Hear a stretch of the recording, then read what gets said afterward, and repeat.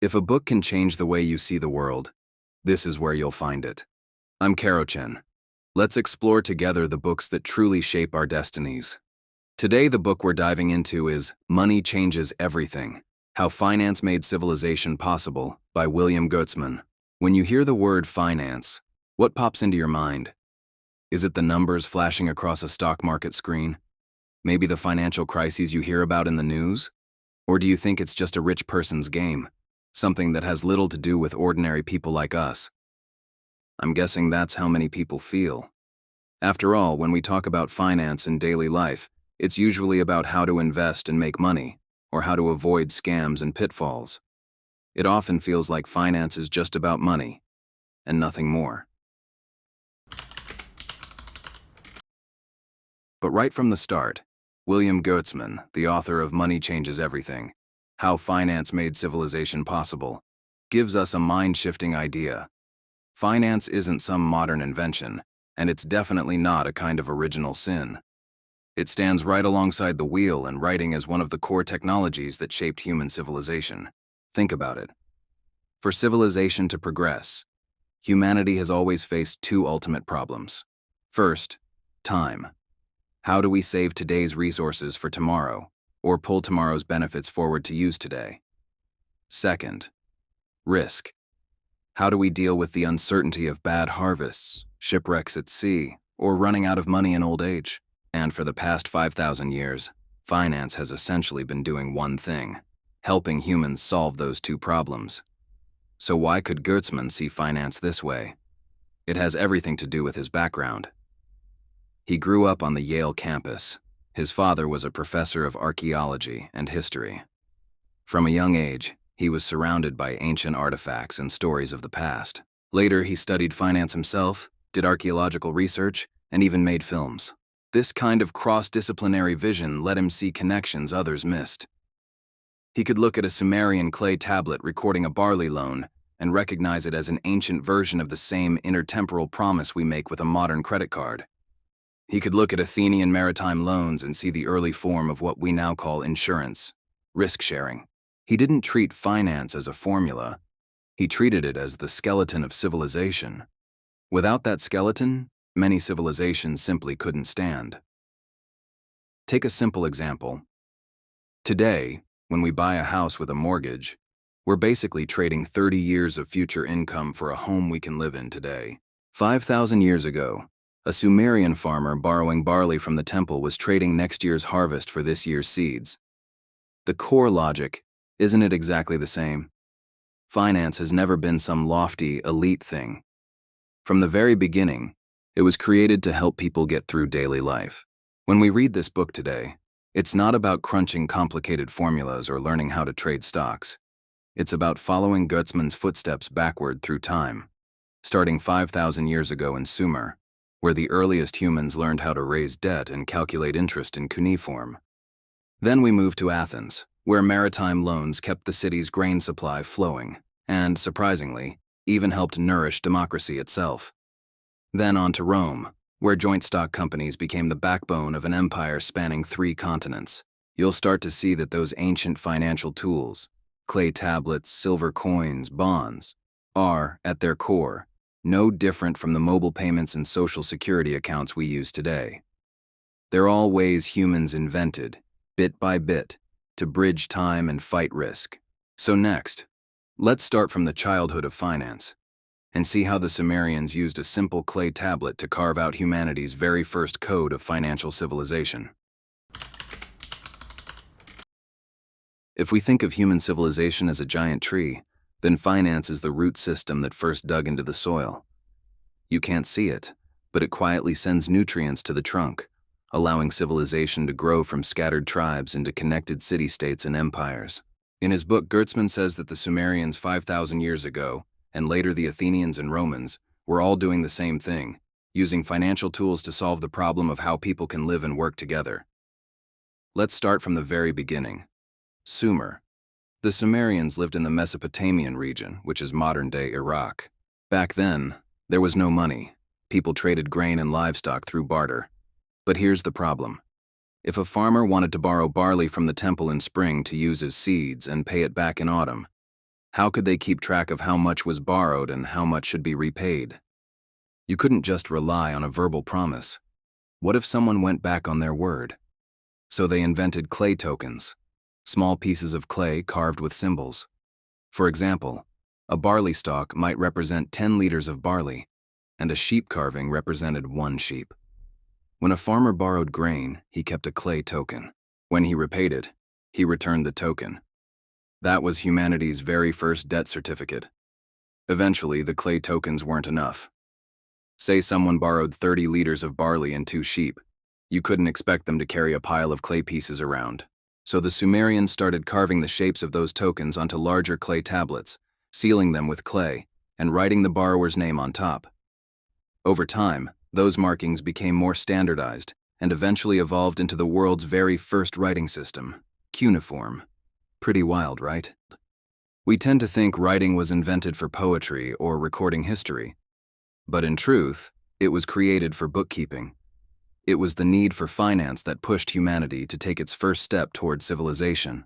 The Sumerians even understood compound interest. And that's not a modern invention.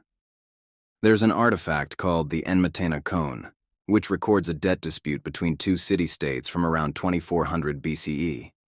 The defeated city not only had to repay barley, but also had to add interest on top of interest. The final number was absurdly high, about 580 times the total barley production of modern America. But the idea was clear.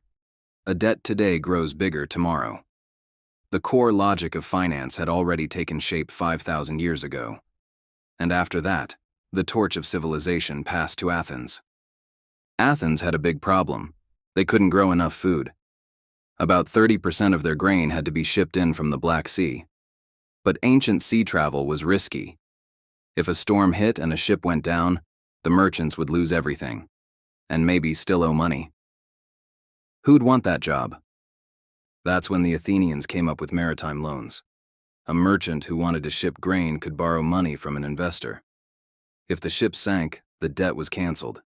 If it made it safely to port, the merchant paid back the principal plus 20% to 30% interest. Even more importantly, Athenian courts handled financial disputes. If an investor backed out after agreeing to lend, or if a merchant made a profit and refused to share, they could go to court, and judges would rule according to the contract. Courts weren't just for crimes anymore. They became enforcers of financial trust. Strangers could cooperate with confidence, sea trade flourished, and Athens could feed its people with imported grain. Athenian money also carried deep financial wisdom. Their silver owl coins featured Athena and an owl, never a king's face. That was deliberate. It sent a message. This isn't the king's money, it's the city's money.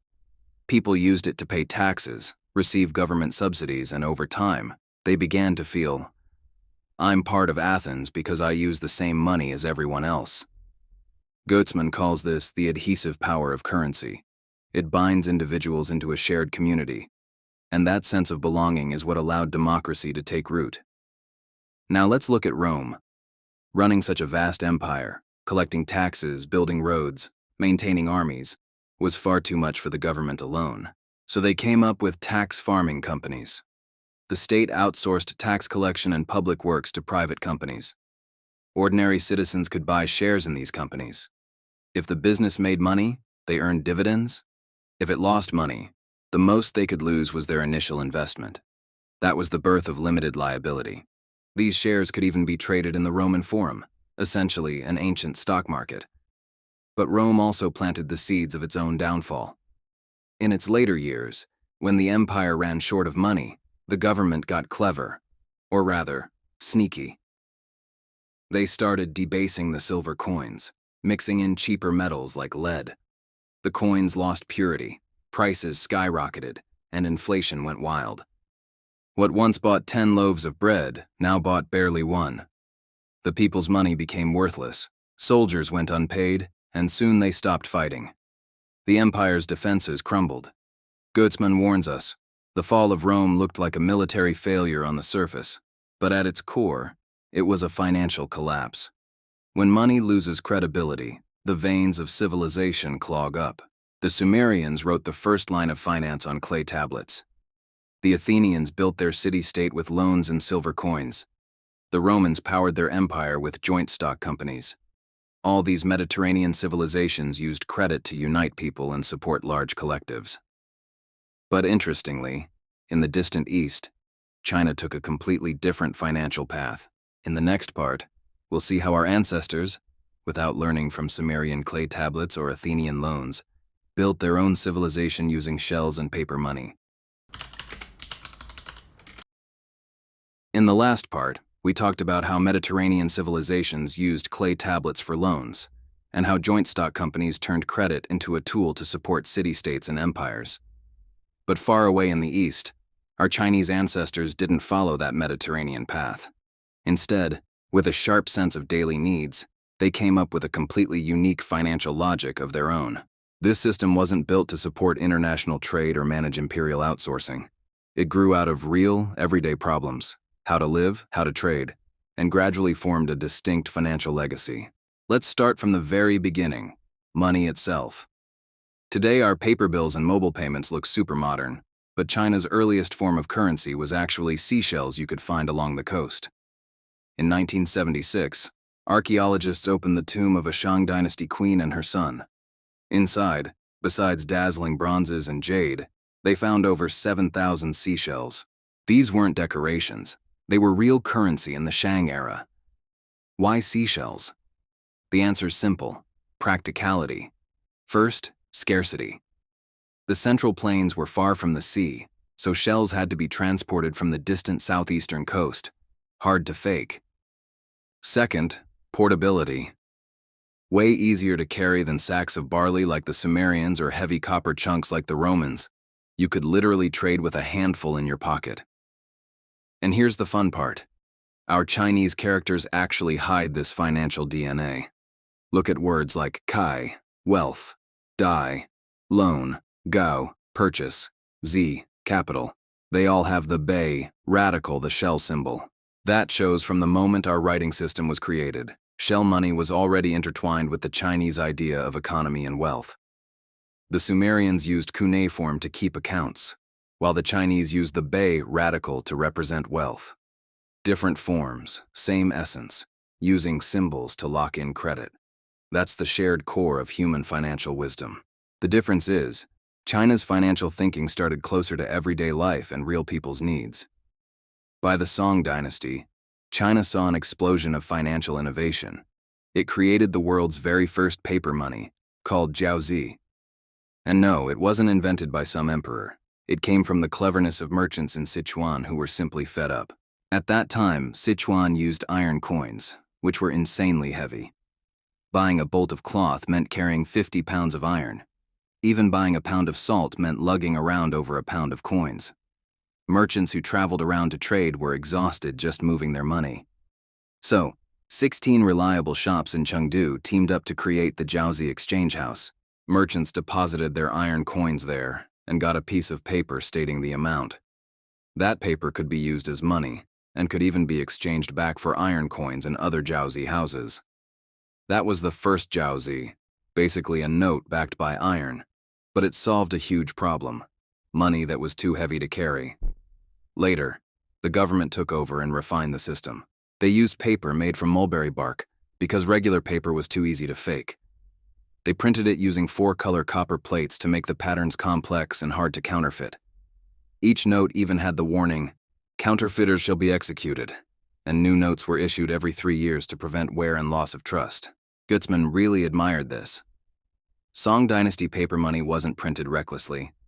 Each issue had 30% of its value backed by iron reserves, so for every 100 strings of jiaozi issued, there were 30 strings of iron coins stored behind it. That's way more disciplined than the early European paper money centuries later. This focus on practicality and anti-counterfeiting as a way to protect credit, that's the essence of Chinese financial wisdom. But here's a key question: why didn't China develop the kind of capital markets Europe did? Like Venice's perpetual bonds or Rome's joint stock companies. Why didn't we see those in ancient China? Gutzman's answer makes perfect sense. It wasn't about capability, it was about political structure. Europe was full of small states. When Venice or Genoa needed money to fight wars or build ports, The government had to borrow from the people and promise to pay interest forever. That's how bond markets were born. But China was a unified empire. When the court needed money, it had more direct options: monopolize salt and iron, grab control of the most profitable industries, tweak taxes, or just print paper money. There was no need to borrow on equal terms from the people. The best example is Wang Unqi's green sprouts policy. Every spring, when farmers lacked money to buy seeds, the government lent it to them and collected it back after the harvest with small interest. See the difference? In Europe, governments borrowed from civilians. In China, the government lent to civilians. The logic was completely reversed.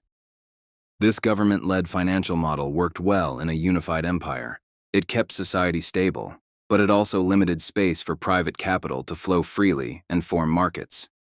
It wasn't until the 19th century, when foreign powers forced China's doors open, that the Qing government issued its first national bonds. By then, Europe's capital markets had already been running for centuries. Still, we have to be fair. China's financial heritage wasn't backward, it was adaptive. It fit perfectly with a unified civilization and an economy centered on agriculture and local trade. Shell money, Jiaozi, the green sprouts loans. Each step was China solving its own real problems. Just like clay tablets and bonds supported the Mediterranean city-states, these financial tools held up thousands of years of Eastern civilization. But when the 19th century global markets finally connected, China's homegrown wisdom met Europe's market logic head-on, and that collision sparked a whole new financial story.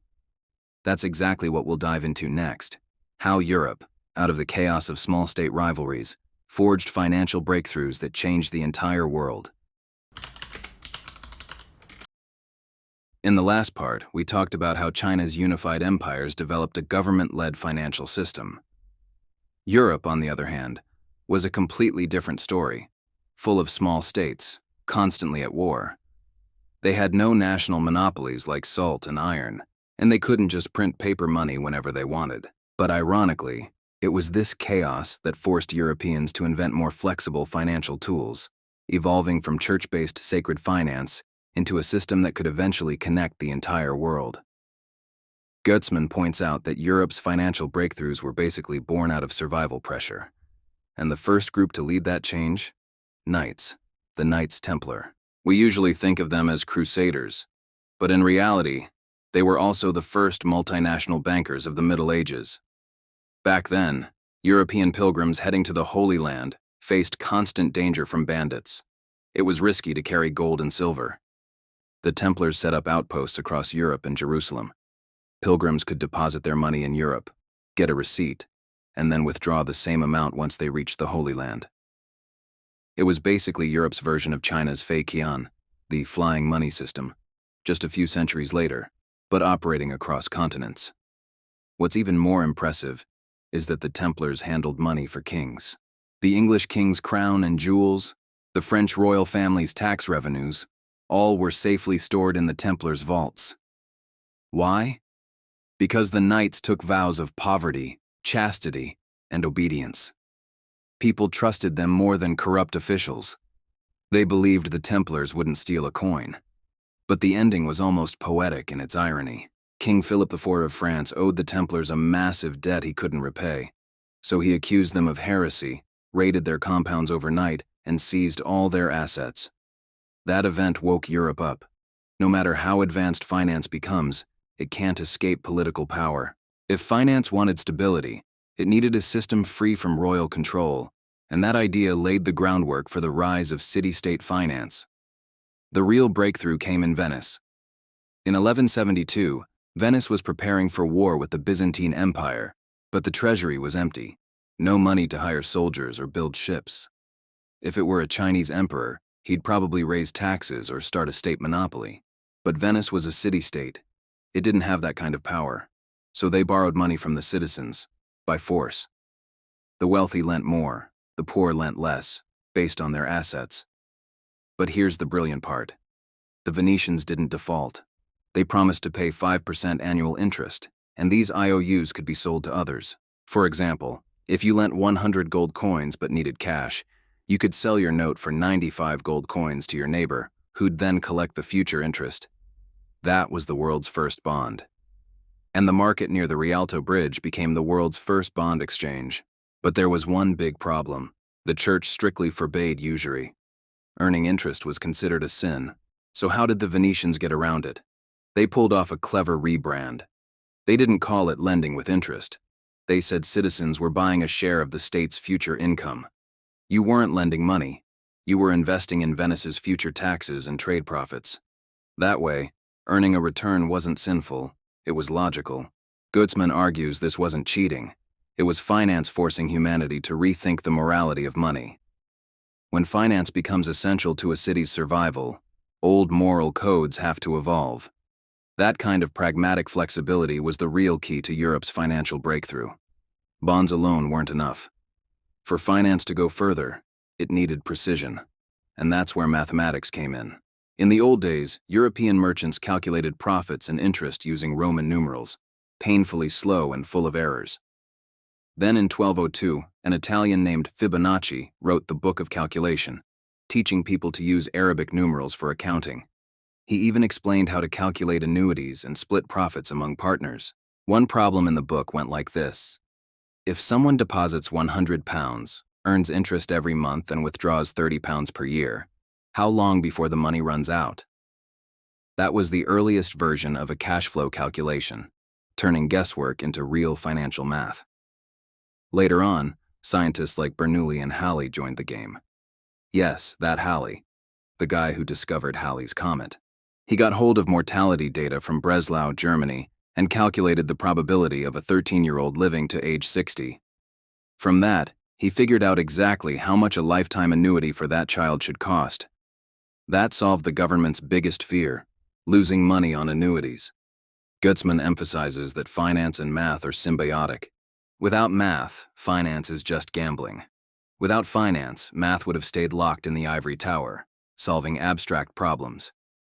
It was this fusion of science and finance that made Europe's financial tools more precise, able to power massive trade and global investment.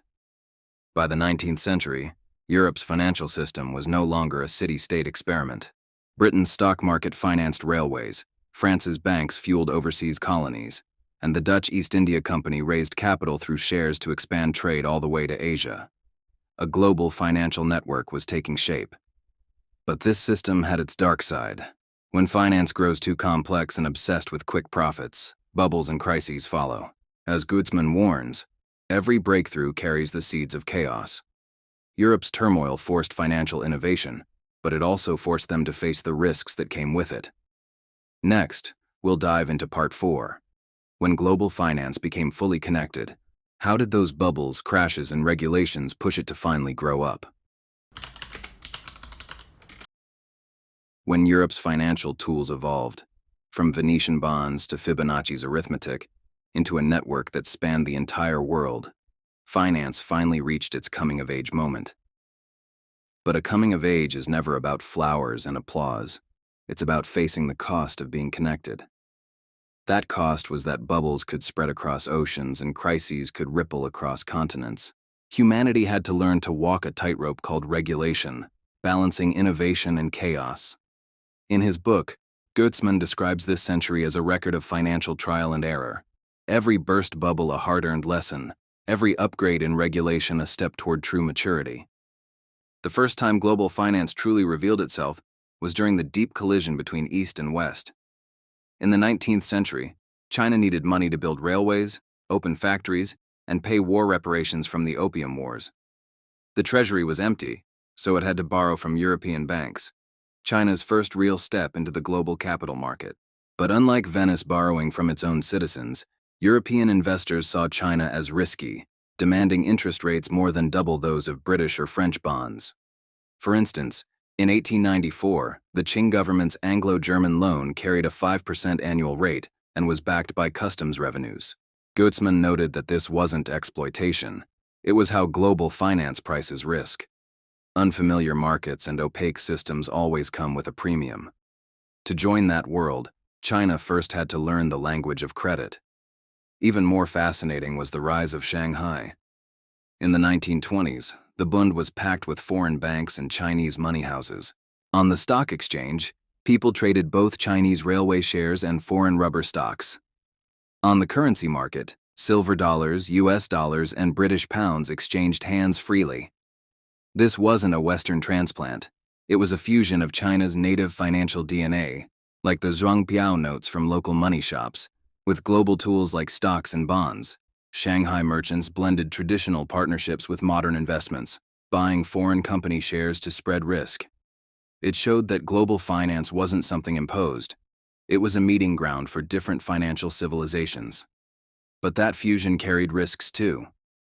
In 1921, a speculative frenzy in trust shares led to dozens of trust companies collapsing. China's first real taste of a financial bubble. But the real lessons came from the two major crises of the 20th century. The Great Depression of 1929 began with a stock market crash in the US and quickly spread to Europe and Asia. In the past, crises were local, one city or one state. Now, a single tremor shook the entire system. Why? Because American banks had lent depositors money to stock speculators, and European banks had bought those same US stocks. Once everything was connected, one bank's failure set off a global domino effect. That's when Keynes stepped in. He said financial markets aren't perfect. They can go mad, just like people go on impulsive shopping sprees. When that happens, governments must step in to steady the system. That's why, after World War II, many countries built social security systems. It was like turning the 17th century annuity into public welfare. Everyone pays a bit each month, and the government manages it so people have income when they retire. It wasn't about killing finance. It was about regulating it to support people's lives. But regulation can never fully keep up with innovation. The 2008 subprime mortgage crisis proved that. US banks bundled the mortgages of people who couldn't repay, turned them into bonds, and sold them around the world. So complex that even the banks themselves didn't understand the true risks inside. When the defaults began, the whole system unraveled. Global banks suffered huge losses, and Iceland nearly went bankrupt. Gutzman compared the 1720 Mississippi bubble to the 2008 meltdown and found the same core mistake: treating future, uncertain profits as guaranteed money. The difference was that by 2008, financial instruments had become so complicated that nobody could see what was really inside. That was finance's new challenge in adulthood. Innovation was racing ahead, but regulation's vision wasn't sharp enough to keep up. So this century-long coming of age really boils down to one thing. Global finance can't thrive on pure laissez-faire. It needs shared global rules. After 2008, countries came together under the Basel Accords, requiring banks to hold more reserves as a safety buffer. China, too, began gradually opening its markets, allowing foreign investors easier access to its stocks and bonds. All of this was about building a better rulebook. But as Gutzman reminded us, regulation shouldn't strangle innovation. It's more like putting traffic lights on a busy road. The goal isn't to stop the cars, but to help everyone travel safely. Today's digital currencies and blockchains are just new forms of long-term promises.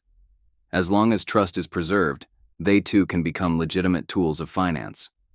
By this point, we've basically watched finance grow from clay tablets 5,000 years ago to today's global markets.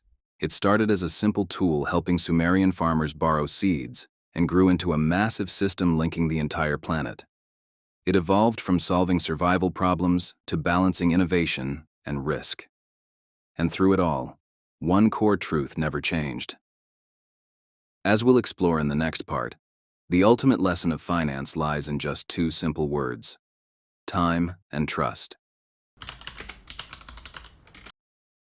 After talking about thousands of years of financial history, we can actually throw away all those complicated tools and formulas. In the end, everything comes down to just two simple words: time and trust. That's the essence of this time game about money. Look, the Sumerians used clay tablets because they were afraid they'd forget how much barley was borrowed this year by next year. Athenian merchants signed maritime loans, betting on whether their ships would arrive safely in 2 months.